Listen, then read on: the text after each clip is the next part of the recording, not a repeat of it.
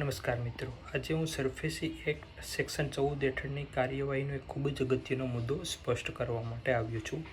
ઘણા લોકો માને છે કે બેંક અથવા તો ફાઇનાન્સ કંપની દ્વારા જે કાર્યવાહીમાં થતી મોડાશને લીધે બેંક કે ફાઇનાન્સ કંપનીને કબજો લેવાનો અધિકાર બંધ થઈ જતો હોય છે, પરંતુ એ વાત સાચી નથી. કેમ કે જે બેંક કે ફાઇનાન્સ કંપનીને કબજો લેવાની કાર્યવાહીમાં થતું મોડું હોય એ કોઈપણ જેન્યુન કારણસર હોઈ શકે છે.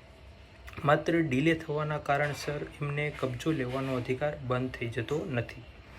ડીઆરટી કોલકાતાએ Axis Bank Limited versus authorise officer 11 January 2026ના નિર્ણયમાં સ્પષ્ટ રીતે કહી દેવામાં આવ્યું છે કે પોઝિશન લેવામાં થતી મોડાશ સેક્શન 14 હેઠળની કોઈપણ કાર્યવાહીને રોકવાનો કાયદેસરનો અધિકાર નથી.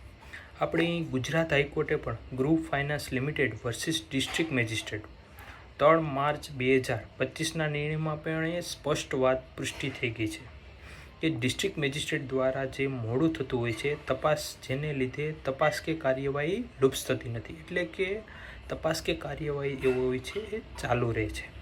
બેંકનો જે કબજો લેવાનો અધિકાર છે એ યથાવત રહે છે. માત્ર ડીલે એ કોઈ પણ એક પક્ષકાર તરફથી હોઈ શકે છે. ઘણી વખત કસ્ટમર હોય છે એ ડીલે કરતા હોય છે, ઘણી વખત બેંક કે બેંકની કાર્યવાહીમાં ડીલે થતી હોય છે, ઘણી વખત સમયસર પોલીસ પ્રોટેક્શન ના મળવાને લીધે પણ ડીલે થઈ જતું છે. ડીલે કોઈ પણ જેન્યુન કારણસર હોઈ શકે છે. સેક્શન 14ને ક્યારેય એ અમાન્ય બનાવી શકતો નથી કે સરફેસ એક્ટનો મુખ્ય હેતુ શું છે કે સ્પીડી રિકવરી લાવવાનો. સ્પીડી રિકવરી ત્યારે જ અને જેથી સ્પીડી રિકવરી ત્યારે જ આવે કે જેથી સરફેસ એક્ટની પ્રોસિડિંગ ચાલુ રહે છે. તો કાયદો એનું જ કામ કરે છે. તો આગળથી યાદ રાખજો કે ડીલે હોવાના માત્ર કારણથી સરફેસ એક્ટ હેઠળની કોઈપણ કાર્યવાહી અટકશે નહીં. તેને જે બેંક કે ફાઇનાન્સ કંપનીને કબજો લેવાનો અધિકાર છે એ યથાવત જ રહેશે.